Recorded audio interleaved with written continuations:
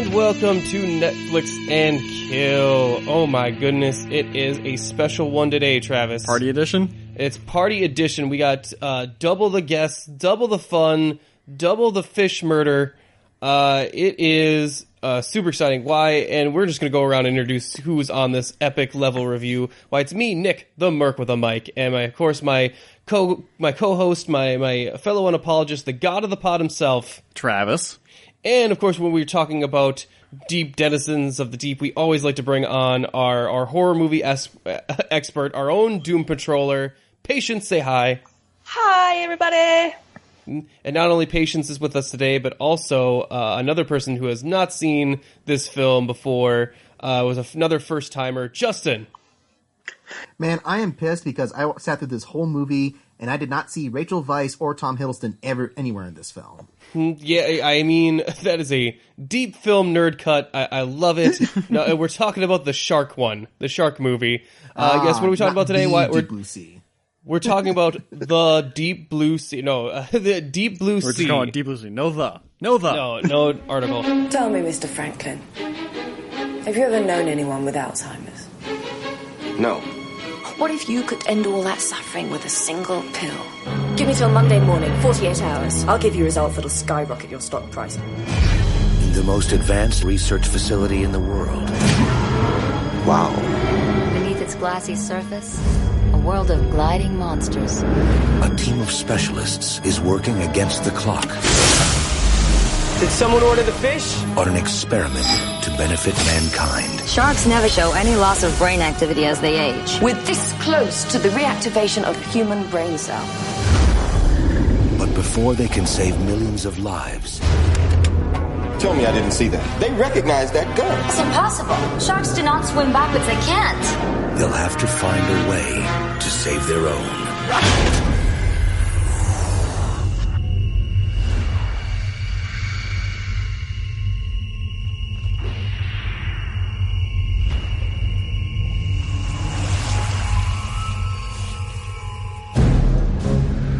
Just what the hell did you do to those sharks? Did you feel something? Jim and I use gene therapies to increase their brain mass. What is that? As a side effect, the sharks got smarter. Somebody, please, tell me what that is.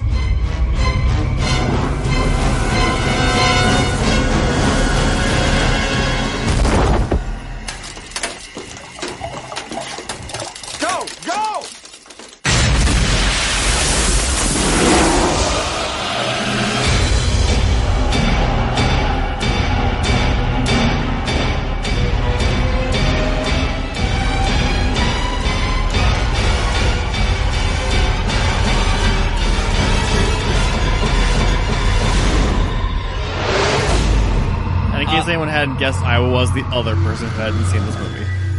But that should be obvious by now. Yeah, that was blatantly obvious. Oh, thanks. Oh, okay. So, yeah, and for those of you, I exposed both Travis and Justin to this film via one of our commentaries that you can view on our Patreon page at right now. Hopefully, as this goes up, maybe, I don't know. Exposed is a good word for it. And I feel violated. Man, did we have a great fun old time, so definitely check that out. And yes, and of course, we couldn't review Deep Blue Sea without Patience. It would feel wrong. Should be angry at us. Like on every level.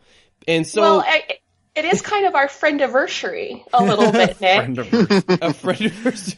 It's what they bonded over. That's how Patience and I met, and like that's how I meet people nowadays, is doing shark movie commentaries. I mean, you're not wrong. We did the commentary for Deep Blue Sea for oneofus.net for one of their subscriber levels. I forget which one, if you can go access it now. And it would have been almost a year ago. Almost. Yep.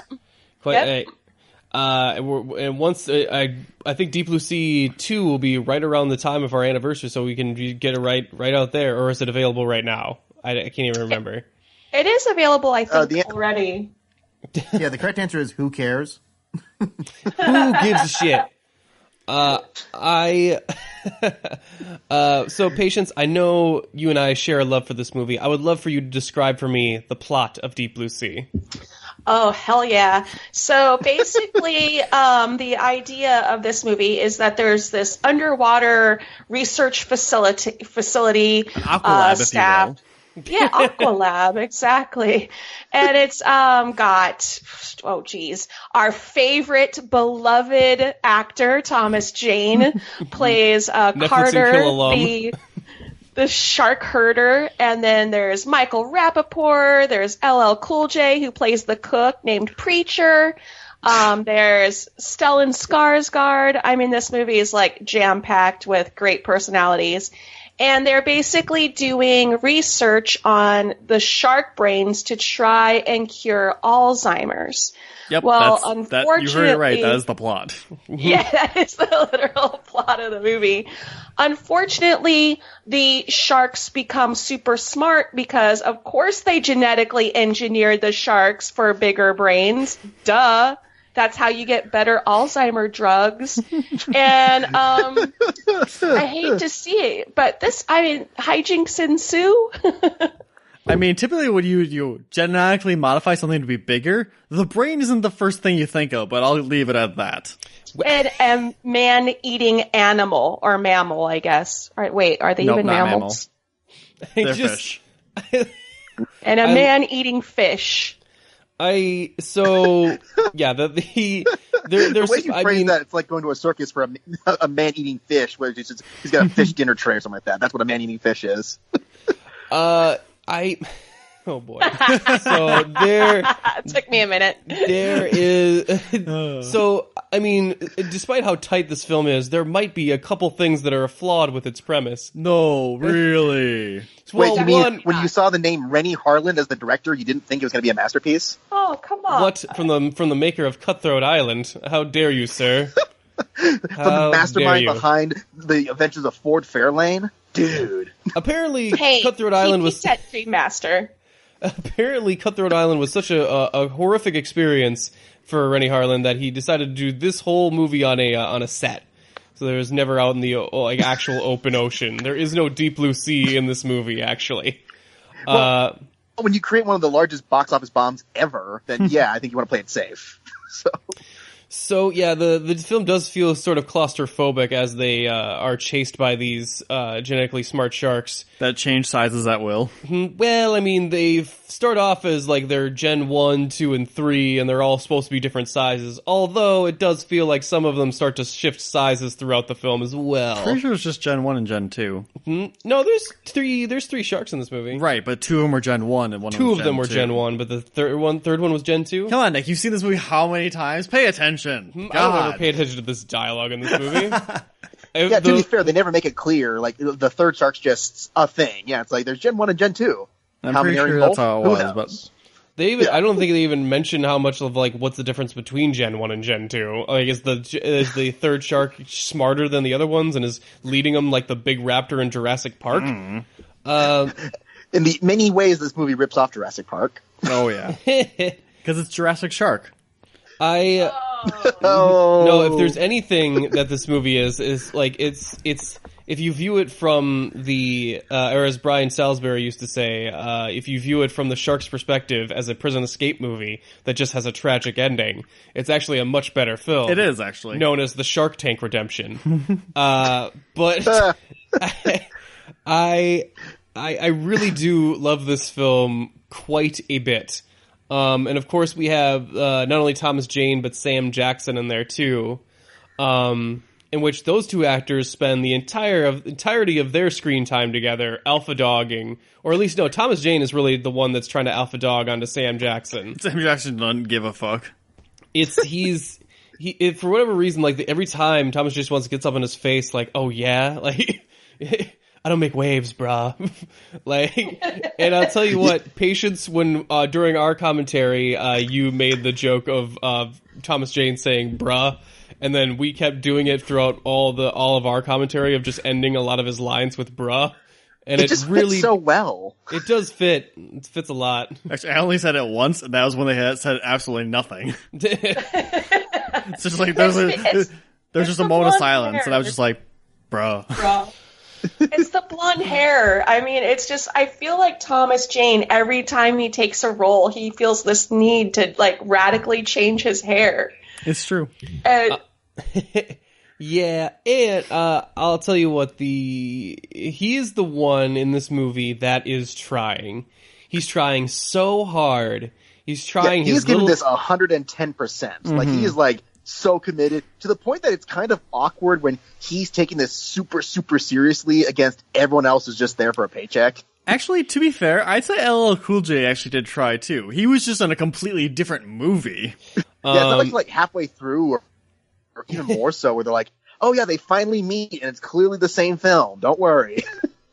Yeah. Actually, it's funny that you'd mentioned that because I was just reading an article on like the fun facts behind the movie, and the director said that LL Cool J was supposed to die early on in the film, but he was putting in so much effort on his role that they were just like, okay, I guess we're going to keep him around a little bit and let his character live, because he was like doing his own stunts and he was just like trying so hard because he didn't want to be seen as just another rapper. So I was like, so he's like giving 110% in this movie. Well, I'll give him that, because I can see that he did try. Like, I'll give him credit.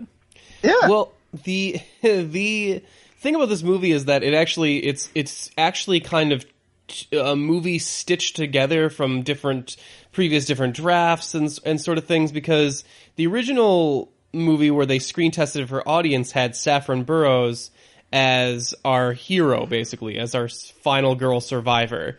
And audiences hated that because they were like, no, fuck that bitch. She's the villain.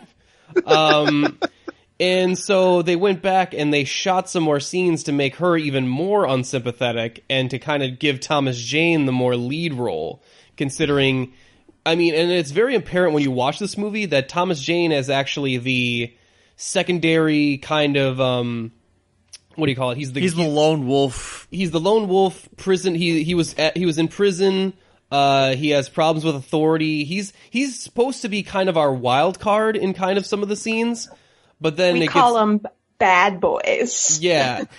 And then Saffron Burrows is left with a couple scenes that they leave in there that are like, oh, she is more sympathetic during this scene. But then there's other scenes where it leaves her a little tonally inconsistent. Well, there's the one scene where like she's flirting until she's threatening, and it was like, I know what you did. Yeah, it's like sometimes that one scene follows another, and it's just like, what the fuck happened? Like, it feels like there's a flip got switched with her, and that's like a result of just them. It's also that. I'm sorry, I feel like the problem with that though too is that Saffron Burrows, I don't know if she's even all that villainous. Like, she has a few like menacing things, but it's just because her face. She has a resting she has a Jon Snow level of bitch face in this thing. Just resting snow face. Mm-hmm. Yes, exactly. It's just like, the only reason I think that she's villainous is because she always looks like she's going to murder somebody. She's not acting or doing something in these scenes. That I think is a weird element that gets left over from kind of splicing a new type of narrative together. Sam Jackson, surprisingly, is sleepwalking it through this, too, until his inevitable speech near the end. Or near the midpoint, I should say. The weirdest inspirational speech ever. Mm-hmm. Or best inspirational speech ever. No, you just like the end of the speech, Patience, not the actual speech. Let's face it. Yeah. The actual speech is gobbledygook. until I never actually remember what he says in the speech. I don't know how much we should spoil it because we do the spoiler section. Who doesn't know what this scene? Let's just say this. He tries to compare glaciers to sharks. Let's just say that. That's the gist of the speech. No, the speech is actually really good. It just belongs in a completely different movie about a completely different subject because other than what they're talking about. Like, watching that scene, I'm like, okay, I know how this scene ends, but I have no idea what's happening before that. That's because no one ever remembers the speech. No one, like, we all go like, oh man, that was awesome, except that the speech leading up to the big moment with Sam Jackson, like, never... like, it never registers. Another fun fact with the director that he said he made the speech purposely the most pompous and over-the-top speech that he possibly could, just so that the event would have the most impact. Mm-hmm. So Mission I thought that accomplished. was interesting. Yeah, he made it like over the top pompous, just so everyone would be like, Jesus Christ, that's what the fuck just happened. Yeah, and I really do like Sam Jackson in that moment, and some of the other moments in this film too. He wakes up and goes for it, but the only one that's really giving it his all throughout the whole thing is Thomas Jane. And like the characters themselves, like Michael Rappaport is in this as well. Scoggins. And He's Scoggs. the worst. He is the worst. He's just I didn't hate him as much as these guys did, but I do think he's not very necessary to the plot. Like he's the tech guy or whatever that keeps telling him like, we can't do this, we got to do this thing, and this is why we're screwed. And he's a less cool version of Hudson from Aliens. Just like, we're doomed, man. Game over, man. Game over. And yeah, I think like, and between him and Thomas Jane, you'd figure like, oh, is this where all the sexual tension is? Because like, I didn't even think that him and Saffron Burrows were ever going to get together. But no, like, they're like water and oil with each other. They have no chemistry whatsoever. Mm-hmm. Which makes their weird flirty dialogue in the beginning was weird too. Yeah. But I'll tell you what, the main attraction in this movie, the sharks. The sharks are amazing in this movie. When they do mix practical and CG effects in here, whenever they're using the practical sharks, those sharks look awesome. Like, there's some really cool model sharks that they use in this. Mm-hmm.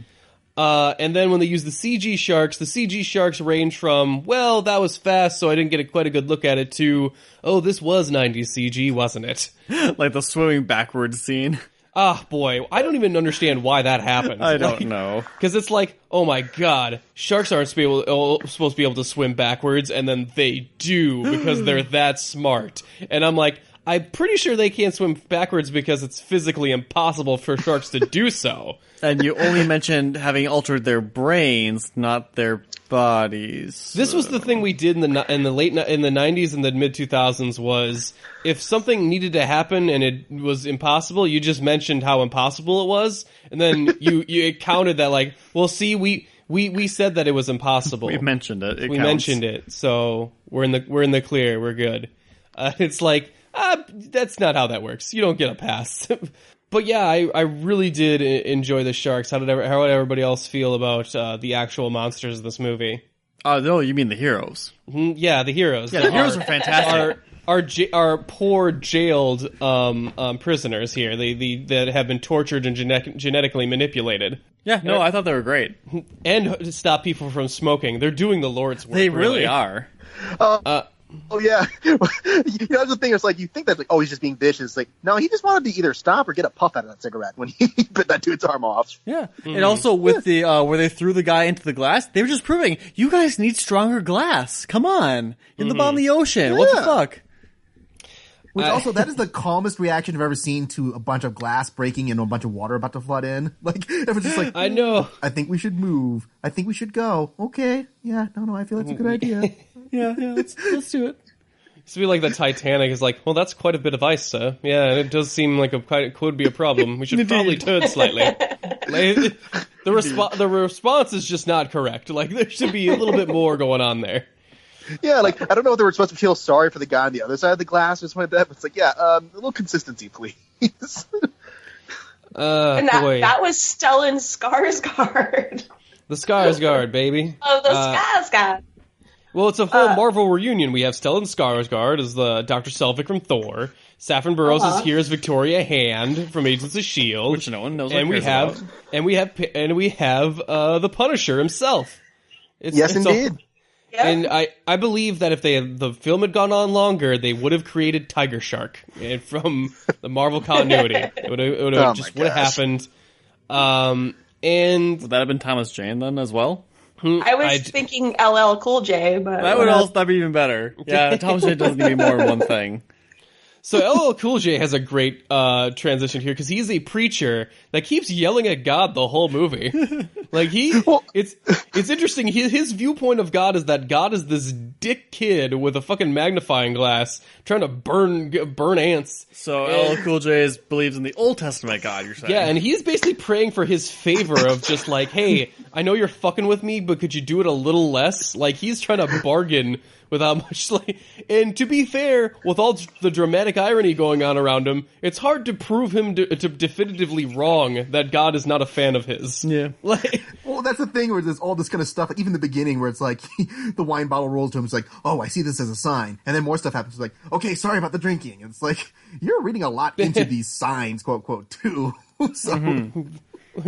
Oh my god, it is a sign. How could a bottle of cooking oil roll to me when I'm in a kitchen? That's just, just random. Like, that's too random to have ever happened accidentally. A lot of inference there. But then again, there are the nudie mags float across later, and it is like his own story of Job of just like, I just have to fight through temptation. And it's just like, what is happening? To be fair, I'm sure you'd be much more of a pious man when you have that foul-mouthed little bird yelling at you all the time too. Like, why? Let me talk about that bird for a goddamn second. What kind of bird? What kind of fucking cook keeps a bird in his fucking kitchen? Then feeds it. That is ridiculously unsanitary. You were going to get teaches it to only say expletives. Like you were going to get a call. Well, that's what everyone does with parents, Justin. I mean, you're the weird one there. You are going to get a call from health services. It's not going to be great. If you think the sharks are bad, you have not met a health and services representative. They're monsters. I love the fact that they couldn't afford to buy or to rent a Hollywood bird that could actually like do things. So they got two different birds from like Mexico, one that could fly good and one that would sit on LL Cool J's shoulder. So basically what you're telling me is that the bird had a fucking stunt double? That is amazing. Oh my god. Yeah, I'm not feeling this scene, Frank. Don't get my stunt double. I'll be in my bird trailer. LL Cool J had to do his own stunts, but they had a stunt bird. Oh my god, that's just where he ranks. Well, speaking of stunts, Thomas Jane did actually swim with a real-life shark for this movie. Yeah, as like the last scene they shot just in case. Of course, they made it the last scene and made sure that he shot all those other scenes beforehand, which for me, if I'm the actor, I'm kind of like, the fuck is this? I mean, we're sure, like, no, we're sure nothing's gonna happen, but you just know, in case, you never know. Yeah, we didn't have CG back then like that. You know, we don't have the safeties we do today. People could take more risks. People could afford to do really dumb stuff like that. You know. Mm-hmm. I feel like, I mean, he was really pretty much an unknown actor at the time, so he was like, okay, whatever you tell me, I guess I'll do it because I need a paycheck. And then shortly after this, he followed it up with Dreamcatcher. So. Oh God, dear Lord! Did he? Oh boy, that's a bad 1-2 punch there. So yeah, the sharks in this, while being a mixture of the practical and CG, I do like the fantastic ways they murder people and are in turn murdered. Oh, they are vindictive little shits. I mean, pretty much they only just tear people in half. That's what they do this entire movie. They just grab people and then shake them so hard they split in two. Like, almost everyone dies that way in this movie. Yeah, actually, the shark's body count is actually surprisingly low in this. Anyone want to hazard a guess how many people did the sharks kill in this movie? The sharks specifically. Specifically 6, the sharks. I think. Okay, 4. Well, there's the teenagers at the beginning. No, they didn't die. No, they didn't die. Oh, they didn't die? No, that's the point. They captured the sharks. It was the setup for them to die, and then Thomas Jane stopped. Patience was so ready for them to die, she immediately wrote them off mentally. You see what you want to see, Patience. You see what you want to see. So then they only directly killed like 3 people then, right? 4? 4, yep. Yeah, the body count for the sharks is 4. 4 other people died via explosions that I guess you can claim was planned by the sharks, but then you'd have to accept the sharks are smart to a level that they are Bond villain level intelligent. Oh, I'm still actually pretty sure they're the ones that caused the storm. So, yeah, I mean, I'm not... Look, like when they said genetically mutated, I was kind of like, well, I mean, maybe they have storm powers. I don't know. Exactly. This is the Xavier School of shark mutants. You know? Gifted sharks. They ate the Jubilee one in the beginning. I just was tired of that bitch.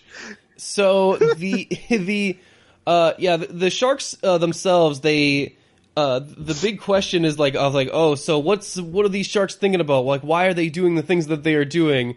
And it leads up to an end thing for them when they actually explain, and I can't believe I'm saying this, they reveal the sharks' plan. Which, it's actually a really smart plan, though.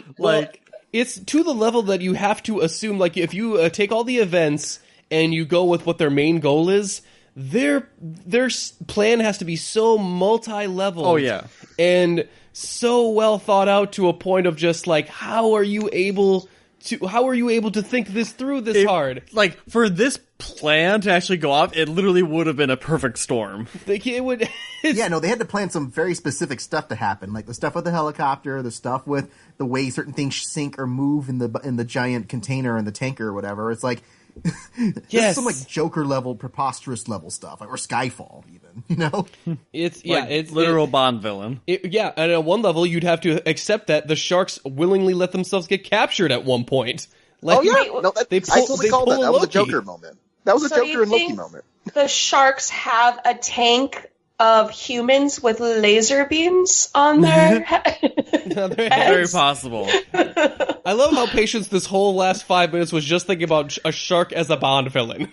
It's like, I wonder how that would work. What is their pet cat then that they sit on a chair and stroke? Where's the metaphor going here? It's whatever those things that attach to their bottom halves. The lampreys? Yeah, lampreys. Yeah, it would be one of those. Or remorads? Yeah, I forget. Remoras? Whatever the Pokemon version of it is based off of. I don't know. Yes, because for realism and accuracy, we look to Pokemon for real life examples. The one that evolves into an octopus for no reason. Okay, I can go into that because apparently they found out what that thing originally was supposed to be. Okay, we're not going to go into it. Yeah, exactly. We'll just take your word for it. I mean, I love this movie. I love it so much that no matter how many times I watch it and find new things that are like logical inconsistencies with it, which is or how many logical leaps I do with it, the combination of like just the fun element of, and then I also like the idea of, because in Jaws, when you're out in the open water, you're fucked. Like, there's no way you're gonna outswim a shark. Like, you're screwed. Mm-hmm. But in this facility, this underwater facility, when the sharks are inside and they're swimming around stuff, you can jump up on top of things, hide in an oven, or hide in an oven that will proceed to try and cook you via irony. So like there's more of a fun house like hide and seek element that makes the movie a little more fun for me. Like, I wonder if they're going to get out of this or not. Like, I actually kind of imagine like a Scooby-Doo sequence at some point of them running through doors. Also, do we think the sharks were smart enough to actually turn on the oven on purpose, or was that an accident? Because I don't know anymore. They caused the whole entire facility to sink through their intelligence. I imagine they can turn on an oven. Are we blaming that one on the sharks or God? I want to know. The sharks are a manifestation of God's rage, so what about Shark God? You know, I do think that the idea, like maybe the sharks this entire time were praying to their God, and this whole thing is a biblical level of two religions and their faith being tested on either side, and the sharks maybe they prayed to the sunken god from Game of Thrones, you know, the drowned god. Mm-hmm. The drowned god. And at the very end, the sharks have a taste for freedom, but then they get tempted by sin at the end and get destroyed for it. This film. So basically, you're saying that the shark turned around and turned to ash. Yes, we're going full biblical with this. Mm-hmm. Yeah, and it was a woman who tempted them too. So biblical Adam and Eve. So wow. This is a religious allegory the whole entire time, and we never even knew it. No, we got it. We were distracted. Is a metaphor. No, we got distracted by LL Cool J being so over the top of the Christian religion, but we didn't even think about the shark religion that is going on here. Like, there is a lot of levels to this. It is layered and deep. So, and blue, and sort of a sea. Well, this is a review of the Book of Deep Blue Sea. There you go. So, chapter 1, verse 3. And though unto me our jailers known as Thomas of the Jane will of the chain. There is so much to this, guys. We are only scratching the surface. The problem is, I'm pretty sure this review is making my score of this movie go up. Yeah, because its movie is amazing. Patience. Yes. Patience. Would you Yes. I know you are a fan. I would like to just give me your general feelings on, like, why do you like this movie as much as, say, me, or almost as much as me. I don't think anyone could, but if you think you can, go for it. This movie has flippin' everything. I mean, it has underwater research facilities that are nefarious. It has an evil doctor, or two evil doctors if you count Stellan Skarsgård. It's got well, he's an atheist, so he's screwed from the get-go. Like, again, the religious metaphor: the atheist dies first. Right? Yeah, well, he's sided with no one. He's on the fence. He's sided with neither religion, and he needs to get out of there. Like he's the first to go. Choose ye this day whom you will serve, man or shark. Jesus Christ. We have helicopter crashes. We have Thomas Jane. We have Samuel L. Jackson. We have parrots. I mean, this is a masterpiece. This movie is a fucking masterpiece. We have a theme song involving hats. It's perfection. My hat is like a shark's fin. At this point, I think all hats are like shark's fins. If you don't like this movie, there's something wrong with you. This movie is the deepest, bluest, for sure. God, I love that song. Like, this was back when we did that for movies. Like, remember Ludacris did one for Too Fast, Too Furious? Mm-hmm. Like, it was Will Smith's thing to do a song for each fucking movie he was in. Bat Dance, guys, come on. Bat Dance. Get the funk out! Oh my goodness. Oh. Man, what were we even talking about? That's right, Deep Blue Sea. Guy, I want to see from a fresh perspective. Justin, this is your first time watching it. How was the experience? How did it wash over you overall? Pun intended. It was okay. It was okay. Yeah, I came in expecting a much worse movie because I'm like, okay, I know this movie's reputation for being really silly, really goofy, very over the top. The Samuel Jackson death. Everyone's seen that. Everyone has seen that on YouTube. That's one of the things where even me, before I had actually seen this all the way, I knew that scene, the scene with Stellan Skarsgård getting shot out of the window, and then I knew the ending just because I caught it on TV once for the very last 5 minutes. But watching it through, I'm just like, well, I can say to this movie's credit, it's a very competent movie. Like, it's decently put together, it's decently edited together, it tells a straight story, there's no... I mean, there are some dumb, pointless diversions, like almost all of LL Cool J's plot is pretty much pointless. But, it's a very straightforward monster movie. And I guess I was just surprised by that, where I'm like, wow, I expected this to be much more incompetent, but it's got a decent craft quality. And I think that's just the problem with Rennie Harlan, is that he's not a great filmmaker, but he has some skill. He doesn't have enough. Like, he has just enough to go, he can make a competent movie. And that's that's just how I felt throughout this. Like, it is nice to have such a small film with only a short number of characters, where it's it's very Alien. It's very, old school horror movie where you don't need to have, massive body counts to make a good horror movie kind of thing. And the kills were pretty impressive sometimes. There's a few times in the commentary where just ooh, and you just see what was the guy's leg that was twitching after he got killed at one point? You're just like, oh, okay, that's a nice little effect. But, it was just fine. There was no sparkling dialogue. There was absolutely zero chemistry between most of the characters, romantically or platonically, kind of thing. The shark effects are pretty freaking inconsistent at points and almost laughable at a few instances too. Yeah, and you can really feel the weight of the edit at a few points of these, where it's just this was clearly from a different version of this movie. And again, the fact that throughout most of the commentary, I'm just like, LL Cool J subplot, which, Patience, I'm glad you brought up the point they added his role into the film. His whole subplot feels like it was added as they went along. They're just like, well, we got him here, so let's just make a story for him. And I'm almost convinced at this point that LL Cool J improvised all that spiritual, like, Christian stuff. Like, that's just something that he suggested as, like, I think my character would say this. And I think my character would be really into chef stuff. He would record stuff on tape. He would do this kind of stuff. And I'm just like, I'm sure they're just like, okay, whatever you say, buddy. Just, yeah, no, so there's a lot of stuff all washing over me like this. But it was fine. Like, I didn't walk away hating it, but I also was like, yeah, it was fun. I don't know if I never need to see this again. But you're wrong, because you're going to watch this so many times. Like, I'm sorry, my criteria for masterpieces doesn't include parrots, Thomas Jane, Samuel L. Jackson. That makes great movies right there. That's all I need right now. So, Patience, I know how we can solve this. We burn the dry one. We burn the dry one.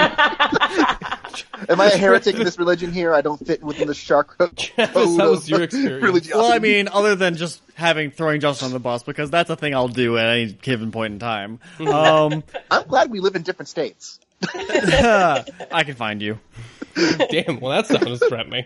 I will send a shark for you, even How Utah. many times have you and Nick both threaten me and my friends all the times, jokingly? I'm just like, okay, hold on there, guys. We're a violent people, us Wisconsinites. We are. It's all the alcohol. This is It's actually why we drink. Wait. It's to curb the violence. We weren't supposed to drink? Oops. Oh. All right. Anyway, back to the movie. No, this was a pretty fun movie. Obviously, it was really cheesy, really corny, but considering like all the different parts that obviously Frankenstein together, it kind of held up as an actual movie pretty well. I actually really liked LL Cool J's subplot because it just seemed like a completely different movie. Like, it was some kind of like DLC where this is what's happening in the background the whole entire time. Sure. Like, yeah, that apparently did happen. Like, you could basically cut out all of his scenes and just have him like do that scene where he appears to help them out, and you'd just be like, oh hey, that works fine too. But I kind of like it this way. If he had been knocked over in that first scene, and then they never showed the rest of his plot, and he just showed up at the end when he rescues everybody else, that would have been fine. I would have taken that. Yeah, I was like, okay, that would have also worked. Yeah, I mean, I get where you guys are coming from, but you have not. Yeah, again, like Patience said, you haven't watched the film enough. It'll like brainwash you. I don't ever plan that happening. Just so you know. Yeah. Well, I mean, you say that, but then you'll catch it on TBS one day, like how I always watched it back in. Nick, it's not 1990 anymore. We don't have channels. Fine, you'll see it in your Netflix queue, and you go like, "Well, I want to watch something, well, not paying attention to it a whole bunch. I got like stuff to do. I got laundry to do." Pretty sure. Well, that's how we watched it for this one. So we already watched it on Netflix. There you go. It will suck you in, I promise. I'm with Nick. Okay. You'll start to see it from our perspective, and then you'll start to notice the religious allegories, the whole thing. Although I do want to mention the some of the amateurish stuff with Rennie Harlan of like I watched it this time through, and I always notice it, but I never always forget to mention it, which is this one shot, the key with Saffron Burrows and the key that she has. And it's like in the very beginning, they make a point of view, hey, audience, know that she has this key here. And then later she uses it to go get her, her notes, her research. So vis-a-vis by that point, this key should be representative of the notes, the knowledge, everything she's fighting for. That's what that key to is. Wisdom. Yeah. And so, but the problem is there's no other scene where that key shows up. There's no scene where she has to choose over the life of another or that key, or risk her life in order to reclaim the key, or show how important that key is to further instill in her character like that's how important this research is to her. It's more important than almost anything else.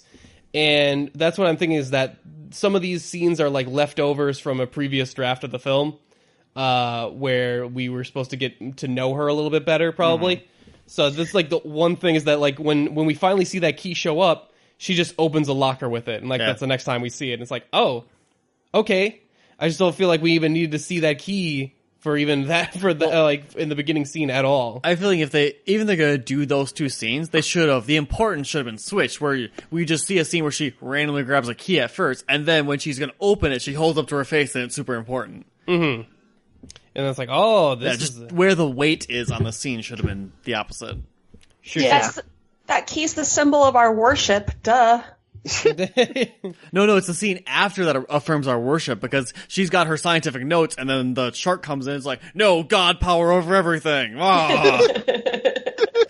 I'm just saying, it should have an Apple keychain on it or something, or like, or say Eve on it, something. I don't know.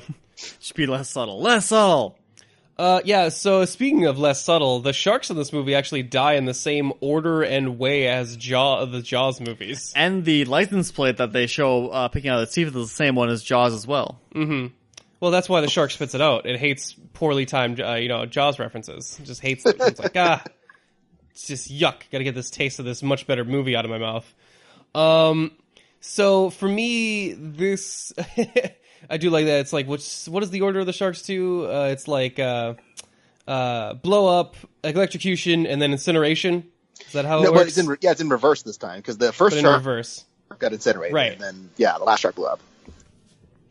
And yeah, for me, this movie is on there are different ends of the spectrum of great shark movies. You have Jaws on one side as being basically the first and pretty much only legitimately good shark movie, and then Deep Blue Sea is on the other end of like, oh fuck yeah, this movie is awesome. No matter how many times you watch it and try and figure out like, man, this doesn't make a lot of sense. Like, it's on the other level of going full out balls to the wall with it. And I feel like all other shark movies are in this in between space that does them no favors. So I guess with that out of the way, I guess we'll just give straight ratings before we go into the initial actual spoiler section and reveal exactly what the faith-based metaphor is or whatever. I have no idea. I'm just assuming that we're gonna discover even more, but. We're gonna find God at the spoiler section. Tune in. Why does God need a Shark Tank? I'm gonna give this movie 4 Skarsgård arms out of 5. Blasphemy! Spite him. Well, I can't give it a perfect rating. I mean, that key scene does piss me off. I just wish that it had more to do with it. You were very determined to know you couldn't even remember what it was for. Plus, I'm just not I hate that they didn't come down on either side of the shark or Christian religion. It just seemed like they fought it to a draw, and I'm all about winners. I'm all about winners. So just. Yeah, I guess quick ratings going around. Patience, what do you think? Does this make Jaws the Old Testament and Deep Blue Sea the New Testament because of all of the references to Jaws in it?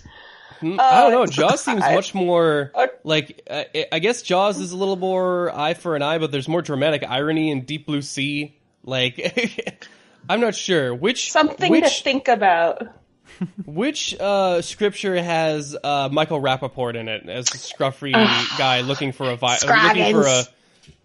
vibrator in one scene? Gosh, that dude's name, they couldn't have picked a more douchey, forgettable name for that character than Skaggs. I think it's Scoggins. I absolutely love this movie. It's just a fun movie.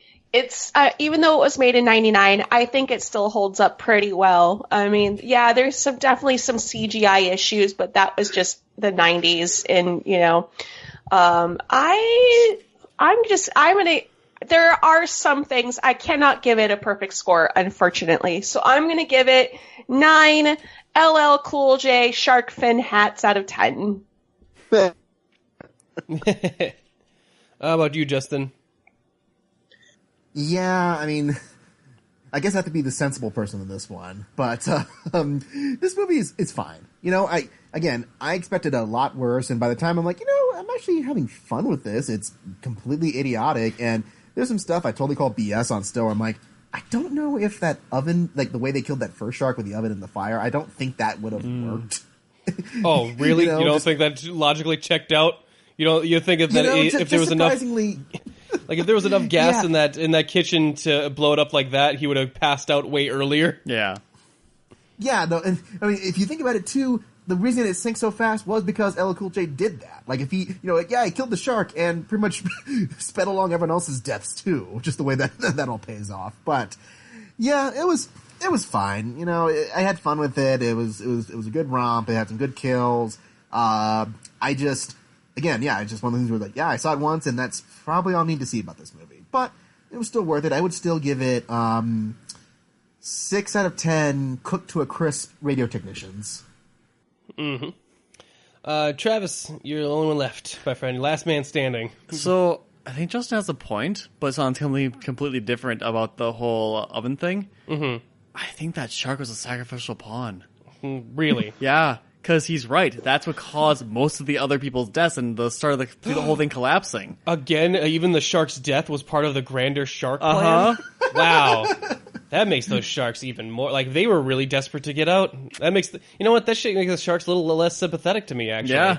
They're willing to kill their own. Oh, unless that shark knew it was the only way, and then was like... Was he promised 99 virgin sharks in heaven or something? Yes. That shark knew that freedom was no longer possible for him, but was possible for his brethren, and took his own life in the further of that. He had shark cancer. Don't worry. He knew that he had to go out. This was the best way for him to go. Sharks can't get cancer. It's established in the film, Justin. Come on. They don't age visibly. Oh, God. They have great skin. They don't swim backwards. Oh, wait. I'm going to feel very, very dirty right now. And I'm going to give this movie the same score as Justin. Oh, yeah. It's gross. So, but yes, I will be giving this a 6 out of 10 because it's fun and it's dumb. And that's what it gets for being fun and dumb. Man, only 6 Ronnie Coxes out of nowhere out of 10. That sucks. That was the weirdest cameo. A dude who literally shows up, sits in a chair, doesn't utter a single line of dialogue, and then that's it. That's so pretty sure he was just a puppet. Movie. That was just a Muppet of him. It took me the longest time to figure out that was Ronnie Cox, because every time that scene goes by, I was like, wait a minute, that is Ronnie Cox. What the fuck? What's he doing there? Why isn't he saying anything? That was so weird. It's kind of like when they pull out Robert Loggia for Independence Day 2, where they're like, look, he's old, he's got dementia, just let him sit in the back, he's there, wave to the camera. Oh, boy. But yeah, with that out of the way, is there anything anyone wants to mention before we hit the spoiler section? No? May the shark god be with you. And also with you. Praise be the shark god.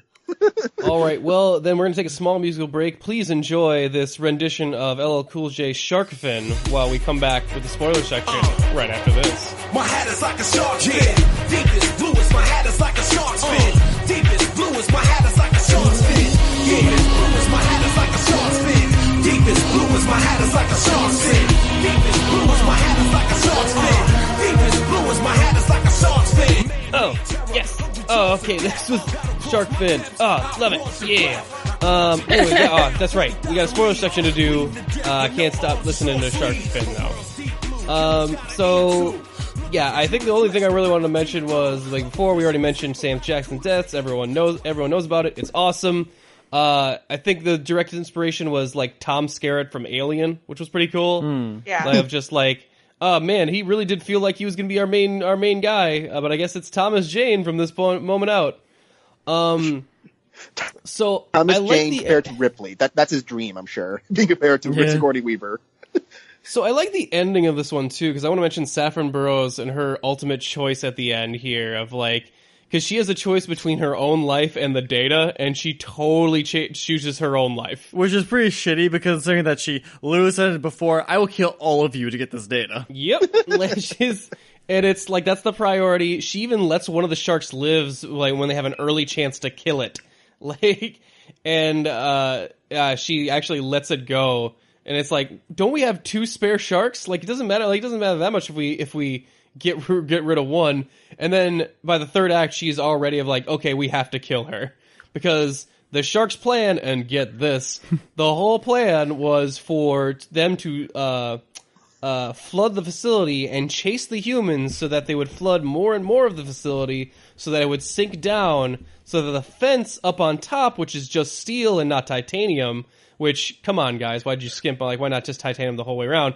Why would you build something above water out of more expensive material when you're dealing with fish? Mm-hmm. Well, because sharks jump. Also, I don't know why they don't just jump over the fence at the very end there. But yeah, they can swim backwards, but they can't jump over this tiny fence. Just so holy shit. We have to think back. Like every time I see the end of this movie, I have to think back of like how meticulously these sharks must have planned this event in order for them to get out of here. Like, I mean, I'm sure some of this was just happenstance, but like, I'm still pretty sure that the suicide shark theory holds merit. That's more and more apparent to me. I like it. Also, we had to figure that their whole plan was like maybe one of them can manipulate metal via their mutant power because they'd have to plan for the winch to fail on the helicopter in order to use it as a fishing hook. Yeah. In order to swing the helicopter into the above bay so that they can't call for help later at all. And also starts the whole facility sinking.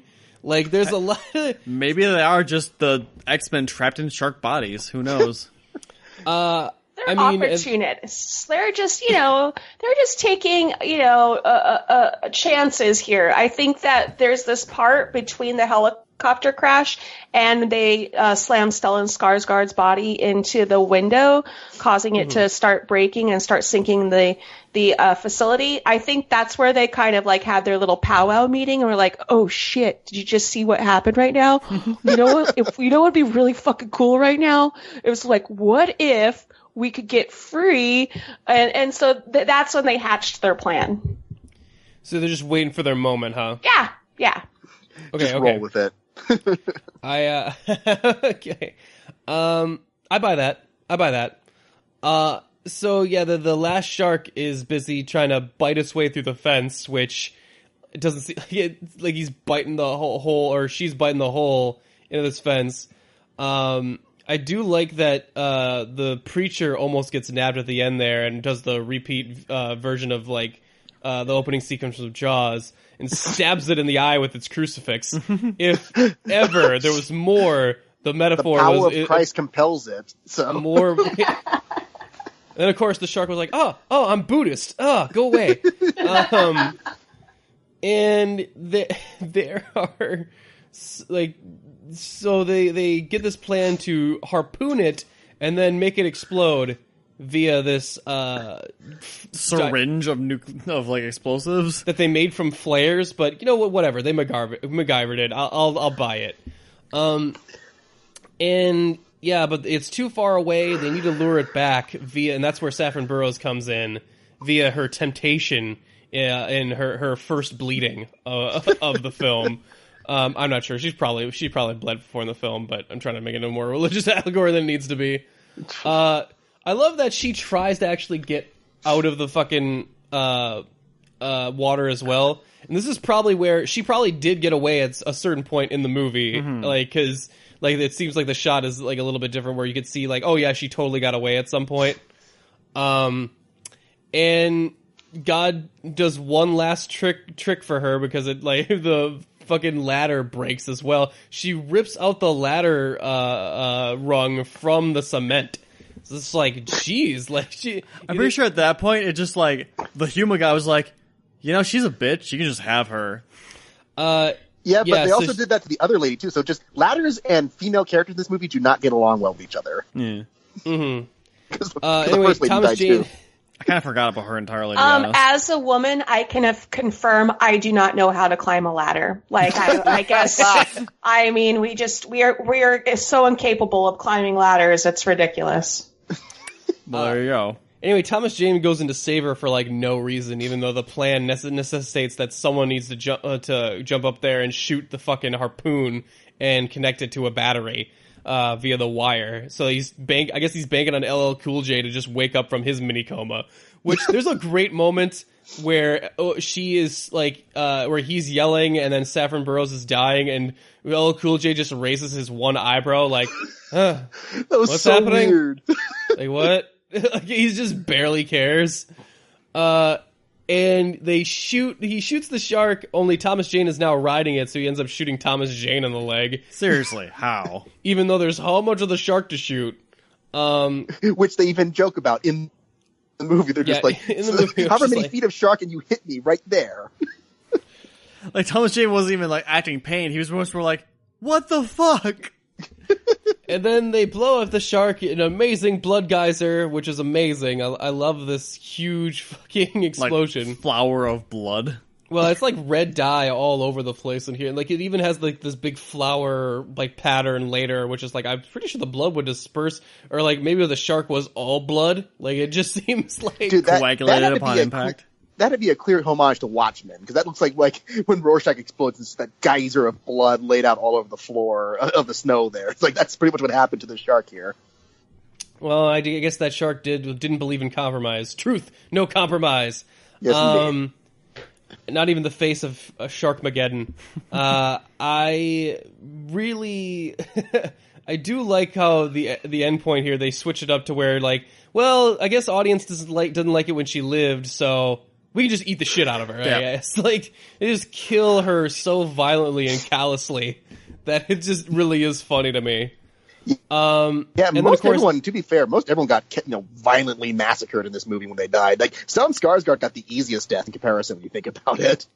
I wouldn't say that. He got to have his arm bit off, and then he had to drown to death because they wouldn't eat him. Still, better than being, like, ripped in half on a constant basis like everyone else was in this movie.